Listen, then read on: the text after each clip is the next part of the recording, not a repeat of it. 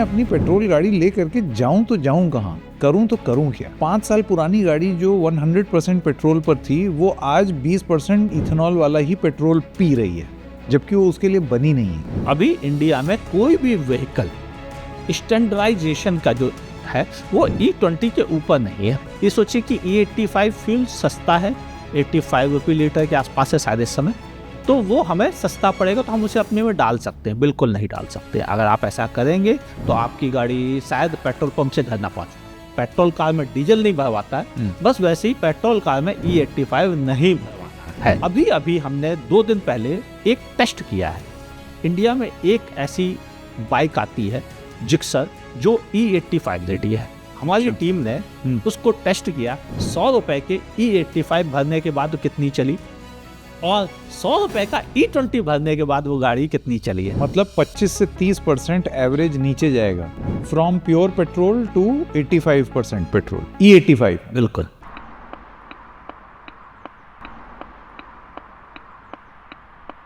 नमस्कार, मेरा नाम है संकेत उपाध्याय और आप देख रहे हैं डबल चेक। इस कार्यक्रम का नाम है गाड़ी वाला आया।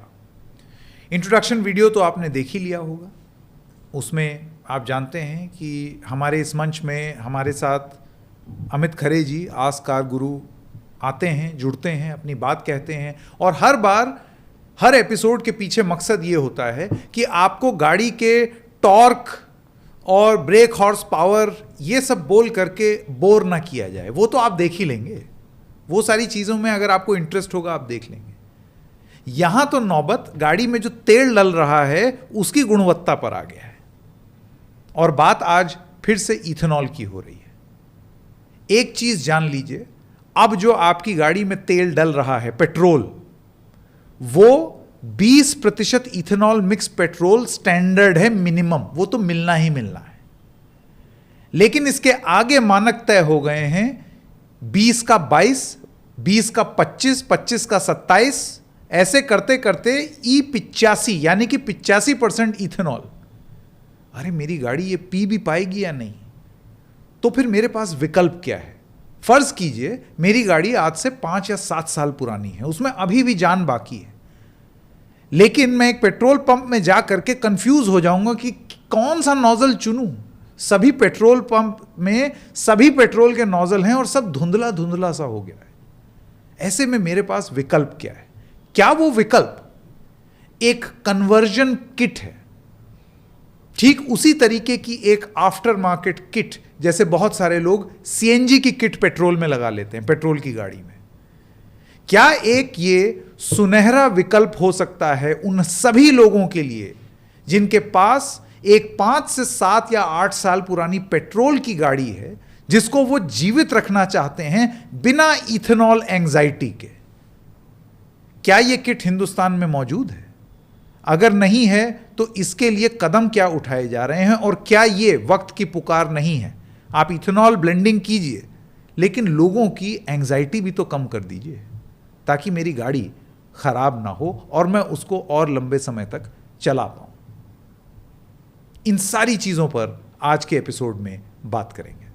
कारगुरु, इथेनॉल पर ये जो भर भर के एपिसोड आपके और हमारे हुए हैं, जिसमें हर भर के एक वर्ड और बोलिए, क्या? Successful episode. सक्सेसफुल है, ये मानना पड़ेगा। वही मैं कहने वाला था, जिसको जनता ने बहुत पसंद किया, लोगों ने बहुत पसंद किया। मतलब मैं व्यूज़ से नहीं, मैं जो लोग कमेंट्स देते हैं, एंगेजमेंट, उससे देखता हूँ और लोग दिल से आपकी बात से जुड़े। बात आपने तब बोलनी शुरू की थी जब इसके बारे में कोई बात ही नहीं कर रहा था। तो आज हम E20 के बारे में भी बात करेंगे और अब तो E22, E25, 27, E85, मतलब ये तो जो लूडो चल रहा है उसको ज़रा समझने का प्रयास करेंगे कि मैं अपनी पेट्रोल गाड़ी ले करके जाऊं तो जाऊं कहाँ, करूं तो करूं क्या। और इस सब के बीच में एक चीज़ अब ये भी सामने आ रही है कि कुछ conversion kits, flex fuel conversion kits की भी बातें सामने आ रही हैं। तो अगर मेरी गाड़ी 5 साल पुरानी है या 7 साल पुरानी है, जो पूरी तरीके से प्योर 100% पेट्रोल के लिए है, how successful are these conversion kits? एक एक करके बात करते हैं। सबसे पहले तो E20। एक जो सबसे बड़ा सवाल मेरे मन में है कारगुरु, वो ये है कि E20 तो अब स्टैंडर्ड बन गया है, यानी कि 20% मिक्स इथेनॉल वाला पेट्रोल तो मिलेगा ही मिलेगा। तो 5 साल पुरानी गाड़ी जो 100% पेट्रोल पर थी, वो आज 20% इथेनॉल वाला ही पेट्रोल पी रही है, जबकि वो उसके लिए बनी नहीं है। एक नोजल नहीं दे सकती सरकार प्योर पेट्रोल वाला? बेचो भाई 20%, एक नोजल दे दो। सर हम तो पिछले लगभग 1 साल से ये रिक्वेस्ट करते रहे थे कि एक नोजल दे दो, बाकी तो कुछ नहीं मांग रहा था देश, एक नोजल ही मांग रहा था और दिया जा सकता था, ऑप्शन था। लेकिन ठीक है, उन्होंने रास्ते बंद किए। पहले तो हमें पेट्रोल लॉबी कह के बुलाया, फिर उसके बाद उन्होंने एक PIL आई और रिजेक्ट करके वापस भेज दी गई कि ये PIL देश हित के अगेंस्ट जा रही है, तो वो बाहर हो गई। फिर उसके बाद PIL का रास्ते ही बंद हो गए, क्योंकि जब एक बंद हो गई तो दूसरी भी बंदी होनी थी, तो दूसरी भी हट गई। तो ओवरऑल रास्ता पहले ही बंद कर दिया गया E10 E5 फ्यूल का या प्योर पेट्रोल फ्यूल का। हालांकि प्योर पेट्रोल फ्यूल अभी भी अवेलेबल है, कैसे? हाँ, लेकिन वो एक्स्ट्रा स्पेशल पेट्रोल के तौर पर बेचा जा रहा है पेट्रोलियम कंपनीज द्वारा।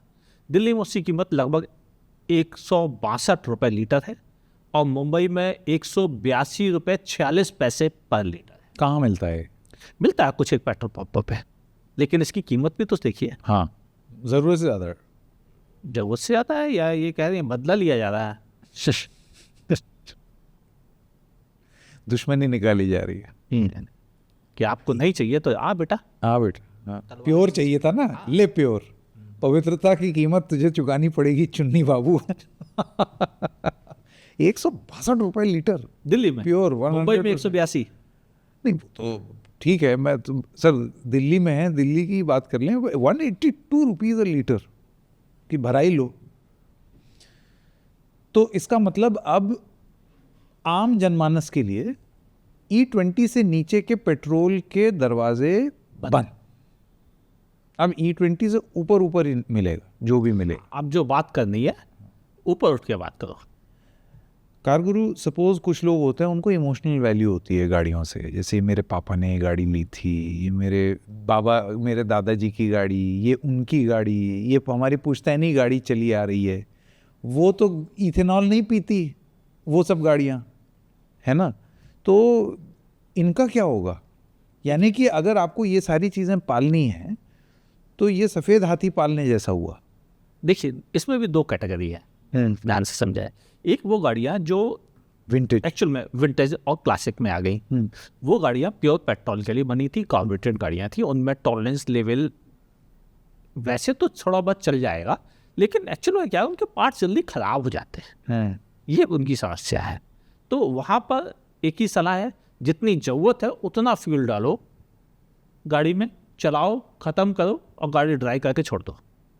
जब अगली बार चलाना हो 3 महीने बाद एग्जीबिशन में जाने के लिए, तब उसमें फिर दोबारा से पेट्रोल। मतलब पड़े मत रहने दो। इससे थोड़ी राहत रहेगी उनके लिए।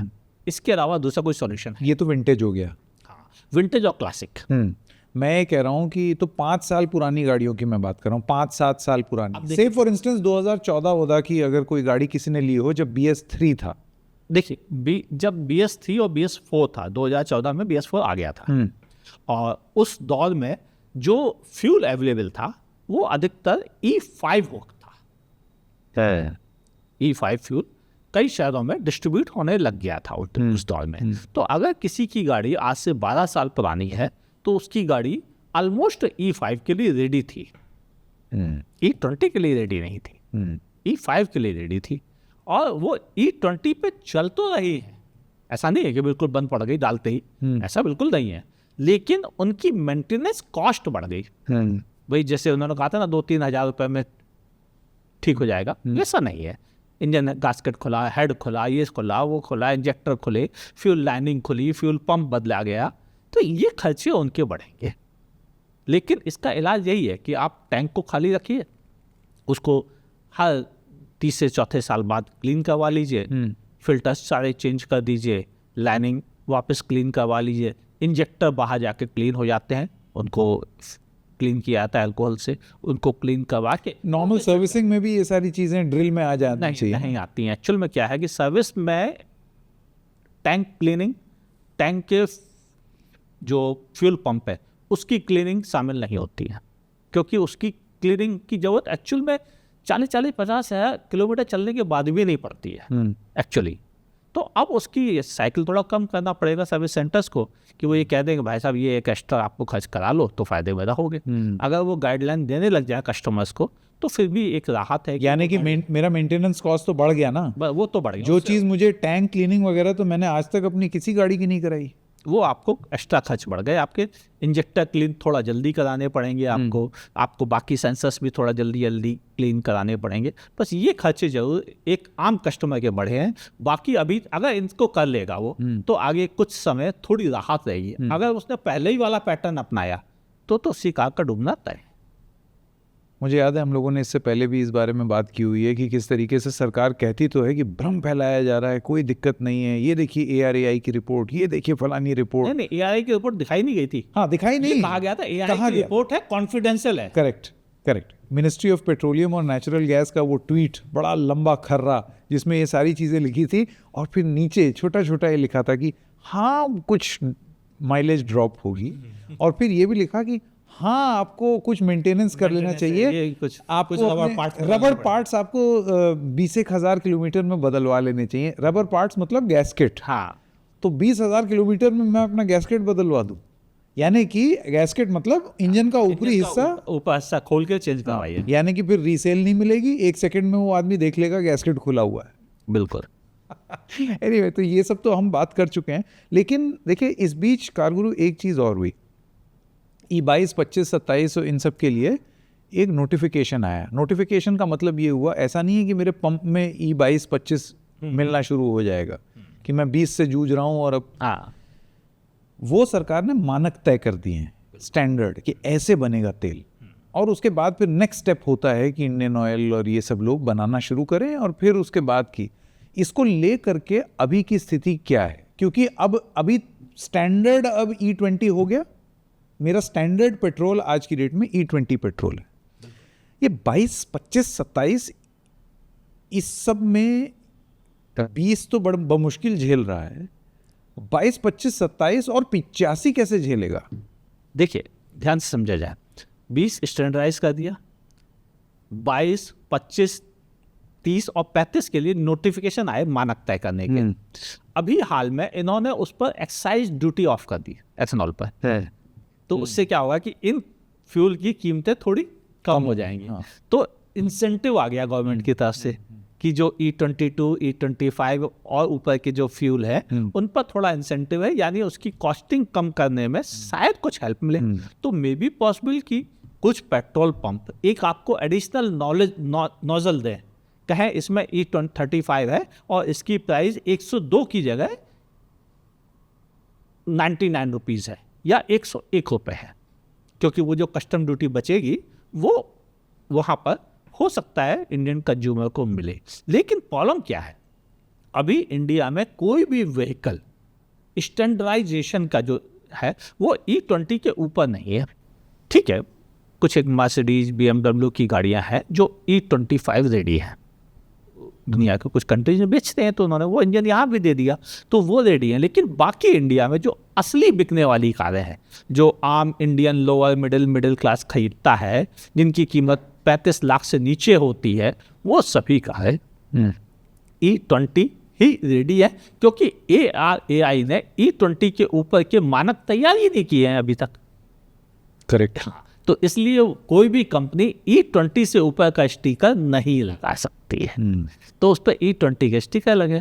अब इसके पीछे कंपनीज के क्या चीज़ें हैं वो भी हम बात कर सकते हैं, क्योंकि मेरी कई कंपनीज के जो प्रोडक्ट डिजाइनिंग हेड हैं, जो इंजीनियरिंग डिपार्टमेंट के हेड हैं, जो इंजन डेवलपमेंट टीम के हेड हैं, उनसे बात हुई तो उनका बताइए ना। उनका ये कहना था कि एक्चुअल में जो मटेरियल E20 के लिए हमने सेलेक्ट किया है, जो फ्यूल की लाइनिंग सेलेक्ट की है हमने, जो गास्केट हमने सेलेक्ट किए हैं, जो हमने इंजेक्टर सेलेक्ट किए हैं, जो फ्यूल पंप हमने परचेज किए हैं, वो फ्यूल पंप की क्वालिटी ऐसी है कि अगर उसमें E30 भी पड़ेगा तो वो उसको संभाल लेंगे, क्योंकि उनका मटेरियल का क्वालिटी जो है वो या तो E50 वाला, E45 वाला हम परचेज करें, या फिर बगैर E वाला परचेज करें। तो हमने सीधे E50 वाले, E45 वाले जहाँ से जो सप्लाई मिले हमने वही लेके अपनी गाड़ियों में लगाए हैं। और E20 ही जो मानक है, तो हमें E20 का स्टिकर भी लगाया है हमने।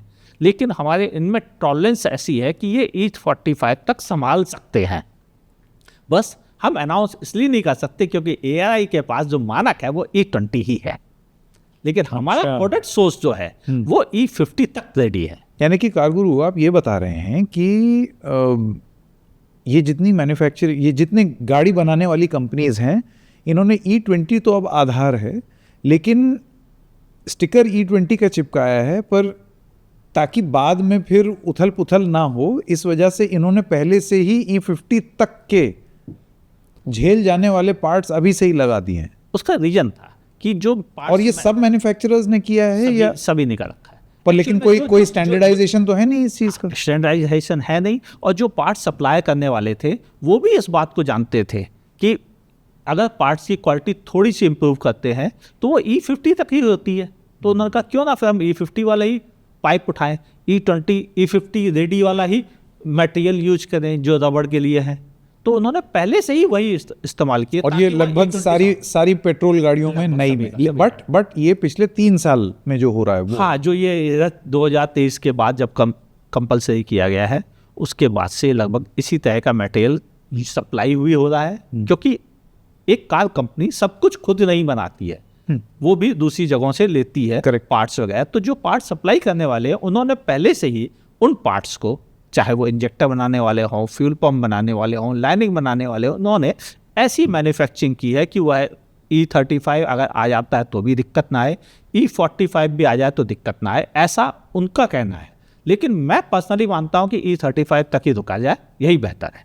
यानी इसके ऊपर रिस्क ना लिया जाए, क्योंकि क्या पता कोई एक ऐसा पार्ट भी हो जो E20 या E30 के लिए तैयार हो, हाँ, E50 के लिए शायद ना हो, आप कुछ डलवाए चले जा रहे हैं और नाक बंद किए, वो सही नहीं है। क्योंकि कंपनी स्टिकर लगा करके जो दावा कर रही है वो तो E20 ही है। मजबूरी भी है, क्योंकि उसी का मानक तय है, आप उससे ऊपर नहीं जा सकते। आप ये थोड़ी कह सकते हमारा 6 स्टार रेटिंग है। अब मुझे ये बताइए कारगुरु कि ये E85 की भी बात चली, ठीक है ना, यहाँ 20, 22, 25, 27 से तो हम जूझ रहे हैं, 85 क्या, ये तो फिर अलग ही होगा ना, पूरा एकदम अलग होगा। यानी कि इसमें आप ये भी नहीं कह सकते कि भ्रम फैलाया जा रहा है और पुरानी गाड़ी, मैं अगर प्योर पेट्रोल की गाड़ी में या E20 वाली गाड़ी में भी, या इस E20 की गाड़ी जिसमें आप कह रहे हैं जो पार्ट्स 50 के हिसाब से क्वालिटी के लगाए हैं, वो भी 85 नहीं झेल सकते। तो 85 का तो मतलब ये हुआ कि वो जो तेल आएगा वो 85 वाली गाड़ी के लिए ही आएगा। बिल्कुल, गलती से भी कभी कोई ये ना सोचे, कस्टमर जो गाड़ी चला रहा है, यूज कर रहा है, ये सोचे कि E85 फ्यूल सस्ता है, 85 रुपये लीटर के आसपास है शायद इस समय, तो वो हमें सस्ता पड़ेगा तो हम उसे अपने में डाल सकते हैं। बिल्कुल नहीं डाल सकते। अगर आप ऐसा करेंगे तो आपकी गाड़ी शायद पेट्रोल पंप से घर ना पहुँच पाए। तो E85 फ्यूल बिल्कुल उसको वैसे ही ट्रीट किया जाना चाहिए एक आम इंडियन को, जैसे कि वो डीजल को ट्रीट करता है कि पेट्रोल कार में डीजल नहीं भरवाता है, बस वैसे ही पेट्रोल कार में E85 नहीं भरवाना है।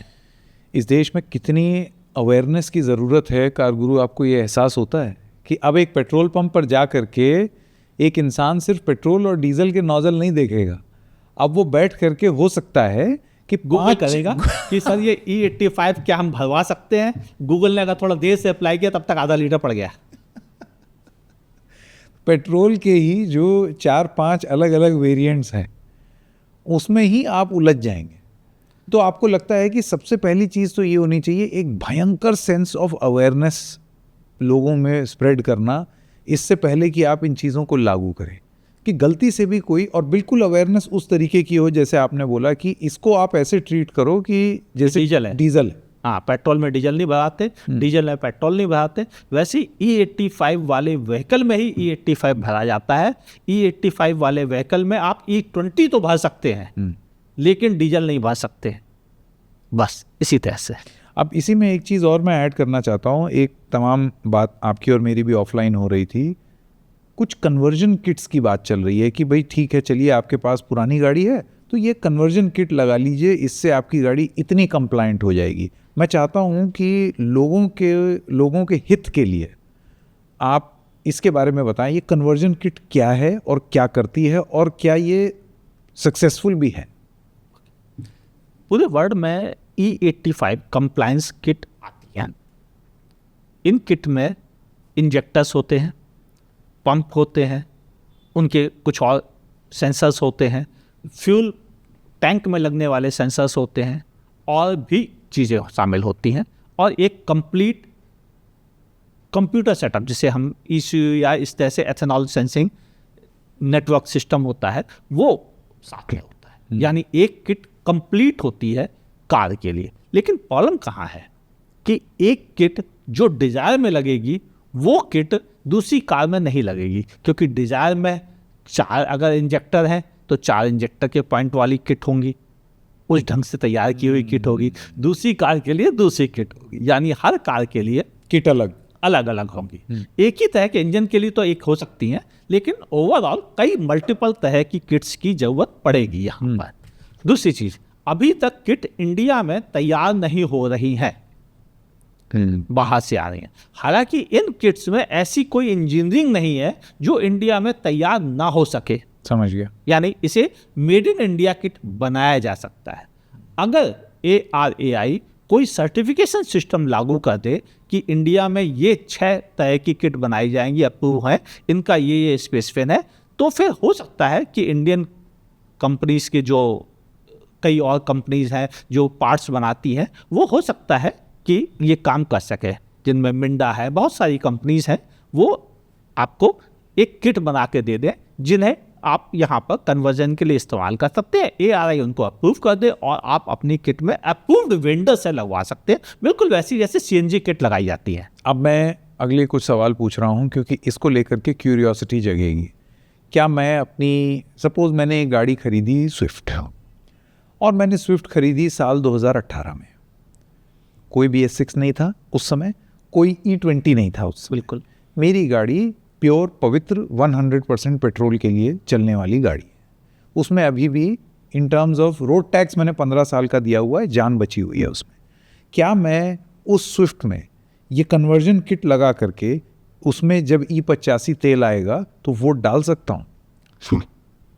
E85 किट अगर आप लेते हैं, इस समय E85 वर्ड सबसे ज़्यादा कॉमन वर्ड है, जिसको हम फ्लेक्सिबल फ्यूल व्हीकल बना, फ्लेक्स फ्यूल, हाँ फ्लेक्स फ्यूल कहते हैं, लेकिन एक्चुअल में ये फ्लेक्सिबल फ्यूल है। फ्लेक्सिबल क्यों? क्योंकि इसमें आप E20 भी डाल सकते हैं, E30 भी डाल सकते हैं, E85 भी डाल सकते हैं, और इसके भीतर लगे हुए सेंसर्स अपने आप डिटेक्ट कर लेते हैं कि टैंक के भीतर जो फ्यूल है उसमें कितने % एथेनॉल है।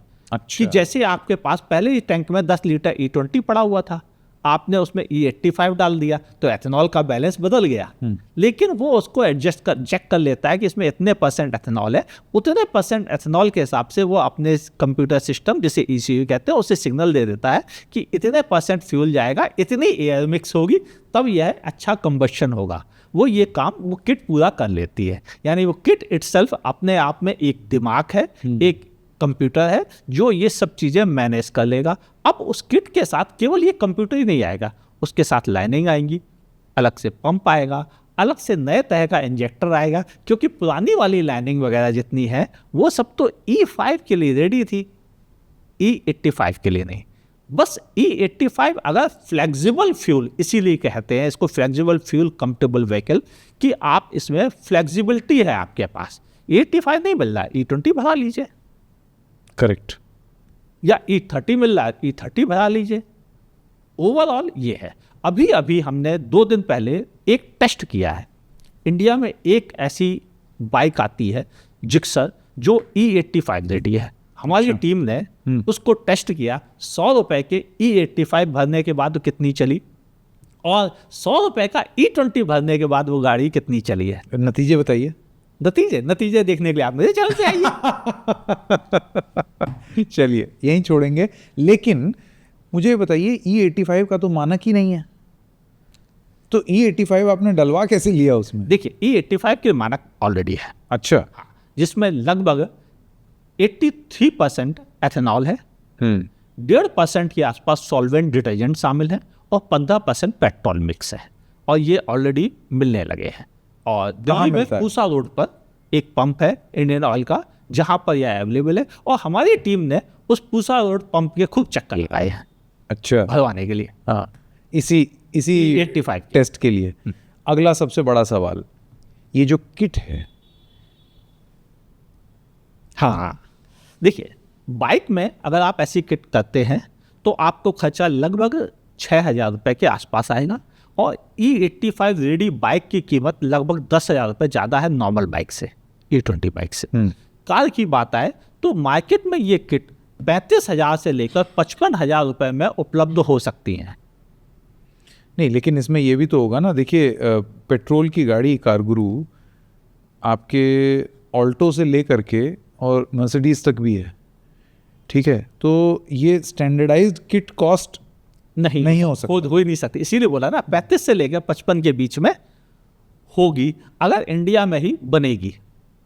अगर, और अभी नहीं बनती, अभी नहीं बन तो रही। अभी की इंपोर्टेड किट्स कितने की हैं? अभी इंपोर्टेड किट्स इंडिया में सर्टिफाइड ही नहीं हुई है, वो तो आप डलवा ही नहीं सकते। मतलब तो आप लगवा नहीं सकते।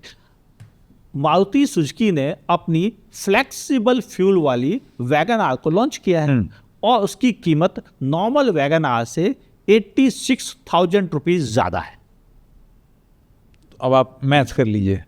हाँ, कि वैगन आर में अगर 86 रुपीज़ ज़्यादा लग गए हैं फैक्ट्री फिटेड होने की वजह से, वैसे भी ये देखा जाए तो मार्केट में उपलब्ध के मुकाबले फैक्ट्री फिटेड जब भी किट होती है हमेशा महंगी होती है।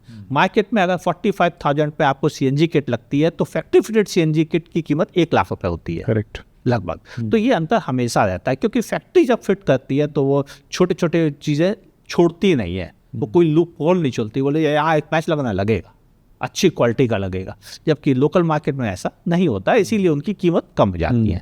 तो ये डिफरेंस आगे भी रहेंगे। तो जब भी आप E85 और भी कई कंपनीज गाड़ियाँ लॉन्च करने वाली हैं, जब भी वो लॉन्च करेंगी, मुझे ये उम्मीद है कि उनकी कीमत 85,000 से लेकर 1,10,000 रुपये तक महंगी रहेंगी फैक्ट्री फिटेड होने की वजह से, इंटरेस्टिंग। और ये आप गाड़ियों के लिए बात कर रहे हैं। कार के लिए। हाँ, और बाइक के लिए आपने क्या बाइक में मुझे लगता है 6,000 रुपये के आसपास की किट मिलेगी, किसी की 6,000 में, किसी की 8,000 में, किसी की 5,500। और ये किसी भी बाइक जो 100% पेट्रोल पर है उसको कन्वर्ट कर देगी into flexible fuel. Flexible fuel के लिए, और उसके पास आज़ादी हो जाएगी कि वह E20 भराए या E85 भराए। मतलब ये नहीं कि फिर वो E85 के लिए कंपल्ट हो गई, वो सबके लिए हो जाएगी। सबके लिए हो जाएगी, मतलब वो प्योर 100% पेट्रोल से लेकर के E85 पेट्रोल तक की रेंज आपकी संभाल खुल लेगी। गई बिल्कुल, कि जो मिल रहा है डलवा लो। डलवा लो, आप फ्यूचर प्रूफ रहोगे। हाँ, कि अगर गवर्नमेंट ने कभी E35 कंपलसरी कर दिया, मैंडेटरी कर दिया, तो भी उनके लिए राहत रहेगी। लेकिन ये राहत घाटे का सौदा है। क्यों? क्योंकि ज़्यादा एथेनॉल होने से एनर्जी डेंसिटी कम होती है और उसका एवरेज कम आता है। हालांकि इससे एक बात खुल जाएगी कि कितने % मुझे कम मिली इस टेस्ट में, लेकिन मैं एक आइडिया दे रहा हूँ कि ये 20 से लेकर 35% के बीच का आएगा। डिपेंड करेगा इंजन की साइज़ क्या है और वो किस तरह के लिए रेडी है। मतलब 25 से 30% एवरेज नीचे जाएगा, from pure petrol to 85% petrol, E85। बिल्कुल, फ्रॉम 20 से E85 में, क्योंकि पेट्रोल तो प्योर पेट्रोल पर टेस्ट करने को मिल ही नहीं रहा है। हमने भी कारगुरु इसीलिए E20 सेट किया। 25 से 30% एवरेज नीचे जाना, आप समझ रहे हैं क्या होता है? यानी कि अगर 10 की एवरेज है तो 7, 7.5 या 6 की एवरेज रह जाएगी। और इसीलिए हमने लोगों की आसानी हो, इसीलिए हमने जो टेस्ट किया वो 100 रुपये के फ्यूल पे किया। 100 रुपये का E85 भरो, 100 रुपये का E20 भरो, ताकि पब्लिक को समझ में आ जाए कि 100 रुपये में कितनी चल पा रही है। तो चलाना एक बात है, लेकिन एवरेज घटेगी ही घटेगी। उसका तो कोई इलाज ही नहीं है। फिर आपको बार बार भराना पड़ेगा, क्योंकि जाहिर सी बात है एवरेज कम है, यानी कि जल्दी ख़त्म हो रहा है, फिर रीफिल कराओ, क्या बचाया फिर? सब तो लुटा दिया। केवल एक यही नहीं, जबकि आपको मज़े की बात पता चले कि जब हमने E85 भराया तो 980 ml आया 100 रुपये में, जबकि हमने E85 बनाया तो 120 200 1 लीटर 220 लीटर मिला हमें फ्यूल, ऐसा क्यों? क्योंकि वो सस्ता है, 85 रुपीज़ है। 100 रुपये में ही इतना अंतर है करेक्ट, कि आपको 300 ml ज़्यादा फ्यूल मिला, और Correct. 300 ml ज़्यादा फ्यूल डालने के बाद भी एवरेज कम मिला। एवरेज कम मिला। हाँ, तो ये एप्पल्स टू एप्पल्स कंपैरिजन भी नहीं है, तब भी एवरेज नीचे गई है। ओहो, अब बताइए ये जो है ये गणित आपको कौन दे सकता है? जाहिर सी बात है ये कारगुरु ने प्रैक्टिकली टेस्ट कर दिया है और उसके बाद आप ये नतीजे बता रहे हैं। कारगुरु के चैनल पर जा करके वो रिपोर्ट ज़रूर देखिएगा, मैं तो देखूंगा जब भी वो ऑन एयर जाएगी। अब एक चीज़ मैं और पूछना चाहता हूँ, उसके बारे में आपने कुछ तो बता ही दिया है एवरेज वगैरह, लेकिन ये सबसे महत्वपूर्ण सवाल है। मैं किट तो लगा लूँ, वो थोड़ा बहुत चलने भी लगे, लेकिन उसका सक्सेस रेट क्या है? सपोज़ ये किट लगा दिया, सब कुछ फिट कर दिया, हम एक होता है धक्कम पेल चला रहे हैं और एक होते हैं करा लिया और निश्चिंत हो गए कि अब निश्चिंत हो गए कि 99% सक्सेस रेट या 100% सक्सेस रेट। तो ये जो कन्वर्जन किट्स हैं ये जब भी आती हैं, क्योंकि अभी तो आपने बोला ये हिंदुस्तान में है ही नहीं, हिंदुस्तान की कंपनीज जब बनाएंगी तब इनका ये दाम होगा, ये आपने बताया है, लेकिन इनका सक्सेस रेट इंटरनेशनली हमें क्या पता चला है कि कितना रहता है?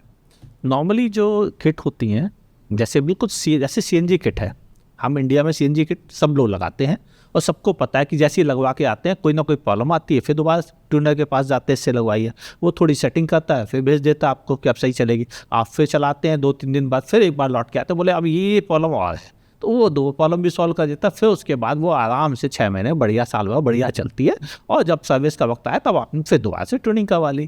क्यों? शुरुआत में इसलिए करना पड़ता है क्योंकि आपकी ड्राइविंग स्टाइल के हिसाब से उसे किट को ट्यून करना पड़ता है। बस ऐसे ही सिमिलर होगा उसे इस एथेनॉल वाली E85 फ्लेक्सिबल फ्यूल वाली किट के साथ, कि इसकी भी थोड़ी थोड़ी ट्यूनिंग करनी पड़ेगी शुरुआती में, मतलब यानी शुरुआत में ज़्यादा आपको लड़खड़ाना पड़ेगा, लेकिन धीरे से सेट हो जाएगी और फिर उतनी प्रॉब्लम नहीं आएगी जैसा कि सारी दुनिया में है। नॉर्मली इसका रेट अगर हम सक्सेस रेट की बात करें तो ये 94% से लेकर 96% के बीच में सक्सेस रेट है इसका। ये तो बहुत अच्छा सक्सेस रेट। अच्छा सक्सेस रेट है। मतलब आप ये कह रहे हैं कि पुरानी गाड़ी जिन लोगों के पास है उनके लिए थोड़ा सा पैसा खर्च करके ये एक गाड़ी बच जाएगी। देखिए यहाँ पर मैं सजेशन अगर दूँ तो वो सजेशन इस बात को लेके है कि उसको कितना पैसा खर्च करना चाहिए। अगर आपकी छोटी गाड़ी है, आल्टो या इस तरह की गाड़ी, वैगन आर जैसी छोटी गाड़ी है, और आपकी कार की उम्र ऑलरेडी 12 से 15 साल हो चुकी है, तो बेच दो। अब मुश्किल से 3-4 साल बचे हैं, तो आप केवल टैंक वैंक क्लीन करा के, इंजेक्टर क्लीन करा के 3 साल और पार कर लीजिए, मत लगवाइए किट। लेकिन अगर आपकी कार केवल 6 साल पुरानी है और आपको डर है कि कहीं फ्यूल मैंडेटरी ना कर दिया जाए, तो उस डर का इलाज E85 है। रुक जाइए, जब कभी आए E85 किट तो आप किट लगा के अगले 15 साल अपने सिक्योर कर सकते हैं या 10 साल सिक्योर कर सकते हैं। किट तभी लगानी चाहिए जब आपके गाड़ी की लाइफ अच्छी बची हो। अगर 2-3 साल बची है तो भाई साहब धो पोछ के ही काम चलाओ। और ये जो हम अभी बात कर रहे थे विंटेज और क्लासिक कार्स, या फिर आप जानते हैं कि रोड टैक्स आप गाड़ी का रजिस्ट्रेशन कराते हैं 15 साल के लिए और फिर वो बाद में एक्सटेंड भी हो जाता है, तो ऐसे लोगों के लिए सपोज अगर वो रखना चाहते हैं उसको, ऐसे लोगों के लिए कितनी सक्सेसफुल रहेगी ये? बिल्कुल नहीं। विंटेज क्लासिक कार हमेशा ओरिजिनल कंडीशन की होने से ही उसकी वैल्यू होती है। अगर उसमें मॉडर्न V6 इंजन लगा दिया जाएगा या इलेक्ट्रिक उसकी मोटर लगा वैल्यू दी खत्म। जाएगी या उसमें एथेनॉल किट लगा दी जाएगी, तो फिर उसको अपनी तो आत्मा, जान, तत्व तो सब खो चुके। अब तो वो केवल ढांचा पुराना है, भीतर तो नई गाड़ी होगी, तो उसे आप क्लासिक और विंटेज क्यों कहेंगे? उनकी असली जान उसके ओरिजिनल होने में ही है। उनमें कोई मॉडिफिकेशन इसीलिए कोई करता नहीं है, और ना ही मैं कहूँगा कि करो। मैं कहूँगा 182 वाला फ्यूल भले डाल लो, ये मत करना, क्योंकि वो दिल से लगी चीज़ है। करेक्ट। उसके साथ अगर आप इतनी मोहब्बत से किसी चीज़ को रख रहे हैं तो फिर थोड़ा सा और खर्चा करके उसको पालिए।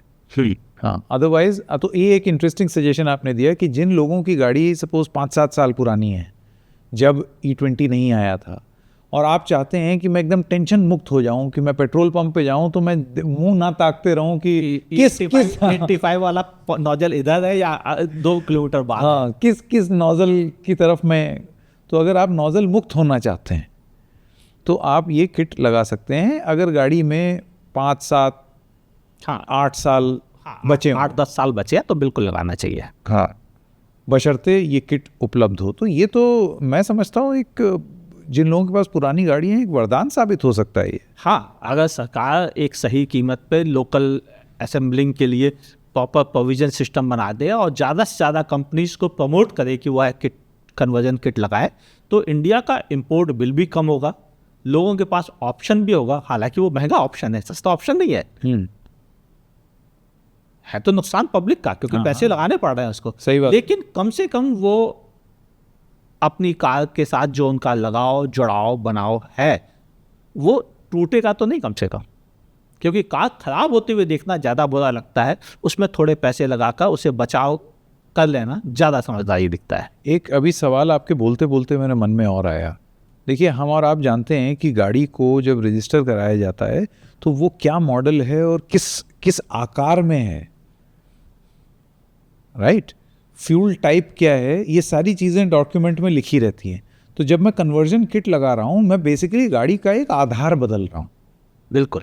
तो ये चीज़ रजिस्ट्रेशन सर्टिफिकेट में डलवानी पड़ेगी, जैसे कि सीएनजी के केस में होता है। बिल्कुल ऐसे ही होगा। जैसे ही इसके नोटिफिकेशंस आएंगे उनमें ये भी शामिल होगा कि इस किट को लगाने के बाद आपको आरटीओ जाकर अपने रजिस्ट्रेशन पेपर पर एंडोर्स कराना पड़ेगा। साथ ही इंश्योरेंस कंपनी को बताना पड़ेगा कि अब आपकी कार E85 कंप्लायंस हो गई है इस किट को लगाने के बाद, और उस किट के डॉक्यूमेंट्स लगेंगे, उस किट लगाने वाले वेंडर के सिग्नेचर होंगे, तो वो बताएगा कि हाँ, हमने अच्छे से प्रॉपर सेफ्टी मेजर को रखते हुए इस किट को इंस्टॉल किया है। बिल्कुल वैसे ही जैसे सीएनजी के साथ होता है, यानी वो सारे नियम सीएनजी वाले ही यहाँ पर लग जाएंगे। मुझे नहीं लगता इसमें कोई बड़ी दिक्कत आएगी, क्योंकि इतनी चीज़ तो पब्लिक जान चुकी थी कि सीएनजी किट लगाने के लिए उसे जाके आरटीओ में करवाना पड़ता है। तो उसे ये भी समझ में आ जाएगा E85 में भी करवाना पड़ेगा, बस एक बार बताने की बात। तो कारगुरु, मुझे ये बताइए, अगर सरकार आमादा है इथेनॉल थोपने पर, तो बजाय इसके कि भ्रम और ये और वो और कन्फ्यूजन और ये बताना कि कोई दिक्कत ही नहीं है, इस सबसे ज़्यादा अच्छा नहीं है कि आप एक विकल्प पुराने लोगों को, जो इथेनॉल एंग्जाइटी हो रही है, जिन लोगों के पास E20 रेडी गाड़ियां नहीं हैं, उनको ये जो इथेनॉल एंग्जाइटी हो रही है, उसको दूर करने का एक प्रभावी तरीका ये हो सकता है कि आप इन किट्स को हिंदुस्तान में बनाने लगें। मैं तो कहूँ एक सस्ते दाम पर अच्छी क्वालिटी किट्स आप मार्केट में फ्लड कर दें, ताकि वो एंग्जाइटी खत्म हो जाए। लाओ फ्यूल जो भी लाना है, मेरी गाड़ी तैयार है। हाँ बिल्कुल, कोई दिक्कत नहीं। हमें देखिए, मुझे एथेनॉल से प्रॉब्लम नहीं है, मुझे प्रॉब्लम है उसके साथ आने वाली प्रॉब्लम से। और जब ये किट प्रॉब्लम दूर कर रही है, इस किट को जितना ज़्यादा लोकली असेंबल होगा उतना ज़्यादा इसकी कॉस्टिंग कम होगी। और अगर, हालांकि नेताजी ने तो कह दिया कि 15,000 में भी मिल जाएगी किट, लेकिन मुझे मालूम है एक ओरिजिनल कॉस्ट है, क्योंकि मटेरियल बनता है। उन्होंने तो 15 रुपये लीटर पेट्रोल भी बोला था। हाँ। तो हम उनकी बात को उतने ही सीरियसली लेते हैं जितने सीरियसली उन्होंने 15,000 बोलती है। हाँ। हमें मालूम है 35 से 55,000 उसकी कॉस्ट है। अगर बहुत अच्छे मटेरियल के साथ इंडिया में असेंबल की जाएगी, 35,000 रुपीज़ में अवेलेबल हो सकती है सारे मटेरियल के साथ में। बशर्ते उसकी ऐसा ना हो कि पता पड़ लाइनिंग के बगैर डलवा दिया किट और सस्ती हो गई, बगैर इंजेक्टर के लगा दी किट तो और सस्ती हो गई, ऐसा नहीं। मतलब ओपन मार्केट में लोग कन्नी ना काटें, जो पूरी ड्रिल है उसको आप फॉलो करें। ये ना सोचें कि एक ये सस्ता सा कुछ लगा लेता हूँ। हाँ। क्योंकि उसमें आपको न माया मिलेगी न राम। बिल्कुल सही बात है। अगर ऐसा किया जाए, और मेरे हिसाब से तो इनको चाहिए, IIT वगैरह इतने बढ़िया यहाँ पर संस्थान है, इनको बोले कि एक किट तैयार करो, डिजाइन करो फटाफट, और उस किट की डिजाइन को ओपन सोर्स कर दे। जो फैक्ट्री लगा के बनाना चाहे बनाए किट को, और इतनी भरमार कर दे कि गली गली मिले, कम कम कीमत पे मिले। स्टैंडर्डाइजेशन नहीं होगा ना। स्टैंडर्डाइजेशन क्यों नहीं होगा? कारगुरु, ऐसा है कि अगर गली मोहल्ले में बनने लगेगी तो आप जानते हैं इस देश में लोग बेईमानी की खान हो जाती हैं जब भी कोई चीज ओपन सोर्स होती है। तो करानी पड़ेगी ना, आपको सर्टिफाइड करानी है ARI से, यानी कि टेस्ट होगा। समझ गया। एक बार आपको टेस्ट करा लीजिए, आपका बैच क्लियर हो गया, अब आप उस बैच को बेच लीजिए, उसमें क्या बुराई है। बस जो बनाने का पैटर्न है, जो आईसी सर्किट ये वो चीज़ें हैं, वो आईआईटी जैसे संस्थान बना के देते हैं। बोले ये रहा सारा सेटअप, हम ओपन सोर्स कर रहे हैं, इसके कोई पैसे नहीं लेंगे, हमारी तरफ से, सरकार की तरफ से फ्री। अच्छा, सबसे बड़ी बात तो ये है कारगुरु कि ये किट्स इंटरनेशनली अवेलेबल हैं। हाँ, ऑलरेडी यानी कि आप एक नॉकडाउन वर्जन में इंस्पायर होने के लिए टेस्ट कर सकते हैं। आप लाएं, देखें कि वो कैसे चलती है, और उसके बाद फिर आप उसको एक इंडिजिनस तरीके से डेवलप करें। मेरे पास जो कुछ इन्फॉर्मेशन आई है, ये काम हो रहा है? हाँ, हो रही है। कुछ किट इंटरनेशनली मंगाई जाके इंडिया में टेस्ट की जा रही हैं, और उन्हें E100 और E85 दोनों पे टेस्ट करने का सिस्टम चालू हो चुका है। और किसी न्यूज़ में भी एक बार कवर हुआ है ये। हालांकि न्यूज़ पहले हम लोगों के पास आती है, फिर न्यूज़। सही बात है। आप न्यूज़ देख करके गाड़ियों के बारे में थोड़ी जानेंगे। तो आप तो गाड़ियों की न्यूज़ देंगे। तो वो न्यूज़ पहुंची है और कहीं शायद प्रिंट भी हुई है। एक आखिरी सवाल, इतना किट, इथेनॉल 5, 10, 20, 22, 25, 27, 30, 85, 100, इस सब के बीच में ये जो बहुत ही नटखट तरीके से आप मंत्री जी बोलते हैं वो उन्होंने तो 15,000 भी बोला था। ये नटखटपना आपका जारी रहे। लेकिन मेरा सवाल ये है कि सबके बीच में आपको नहीं लगता है कि लोगों के मन में आएगा, रटाओ यार नई गाड़ी लें? देखो, नई गाड़ी ईवी, या तो पेट्रोल ले लें या फिर चलो ईवी की ओर। देखिए, एक्चुअल में ये सच बात है कि जब से ये E20 के बाद के शगुफे चालू हुए, ईवी की सेल अपने आप इंक्रीज हो रही है बगैर कोई प्रमोशन दिए हुए। ऑलरेडी सेल लगातार 5 से 10% हर महीने बढ़ रही है। सर, क्योंकि इथेनॉल एंजाइटी है। आप किसी भी घर में कोई भी गाड़ी लेने जा रहा है, उसके तो जीवन का संघर्ष ही यही है कि मैं अब कैसे रखूं, अब ये तो पुरानी हो गई। एक्चुअली क्या है कि गवर्नमेंट भी इस बात को जानती है कि जितनी एंजाइटी होगी उतना ईवी ऑटोमेटिकली ट्रांसफॉर्म होगा। यानी इंडिया को जहां जाना चाहिए वहाँ वो इस एंजाइटी की वजह से ज़्यादा तेज़ी से जा रहा है। कारगुरु, ये कोई बहुत अच्छा तरीका तो है नहीं ईवी बेचने का। आप इंफ्रास्ट्रक्चर बनाइए, ईवी सस्ते करिए, लोगों को ल्यूक्रेटिव बनाइए, तब आप लोगों के मन में डर पैदा करके ईवी की सेल्स बढ़ाएंगे। एक्चुअल में बढ़ाएंगे या बढ़ रही है जो कह सकते हैं, क्योंकि एंजाइटी हो रही है, आर्टिफिशियली क्रिएटेड एंजाइटी। लेकिन बढ़ तो रही है, सेल तो बढ़ रही है। अब भाई ये वही तो मैं कह रहा हूँ, ये कोई वैसे केवल एक यही नहीं बढ़ी है, सीएनजी की भी सेल बढ़ी है।